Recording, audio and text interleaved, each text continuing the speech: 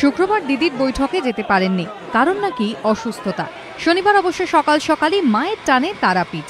মদন মিত্র মন্দিরে পুজো দিলেন, মায়ের কাছে কি চাইলেন তা বললেন না, তবে সবটাই যে মায়ের ওপর ছেড়ে দিয়েছেন বোঝা গেল।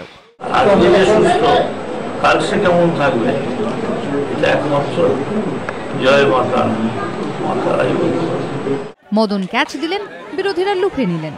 তারাপীঠে দেখা গেছে মদন বাবুকে, তার কারণ হচ্ছে উনি মার আশীর্বাদ নিতে গেছেন।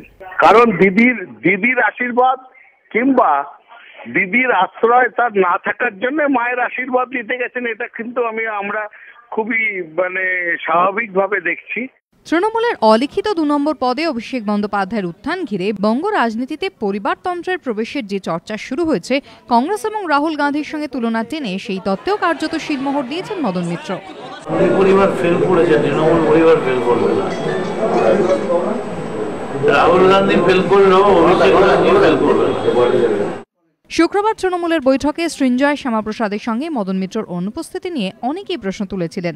সারদা কাণ্ডের ছোঁয়া গায়ে লেগেছে বলেই কি নেত্রীর আস্থাভাজনের তালিকার বাইরে চলে গিয়েছেন মদন? শনিবার অবশ্য বিরোধীদের কেউ কটাক্ষ করে বলছেন, মদন যেভাবে কালীঘাট ছেড়ে তারাপীঠ ছুটলেন তাতে কে কার আস্থা হারিয়েছেন তা বোঝা দায়। গোপাল চট্টোপাধ্যায়ের রিপোর্ট, এবিপি আনন্দ, বীরভূম।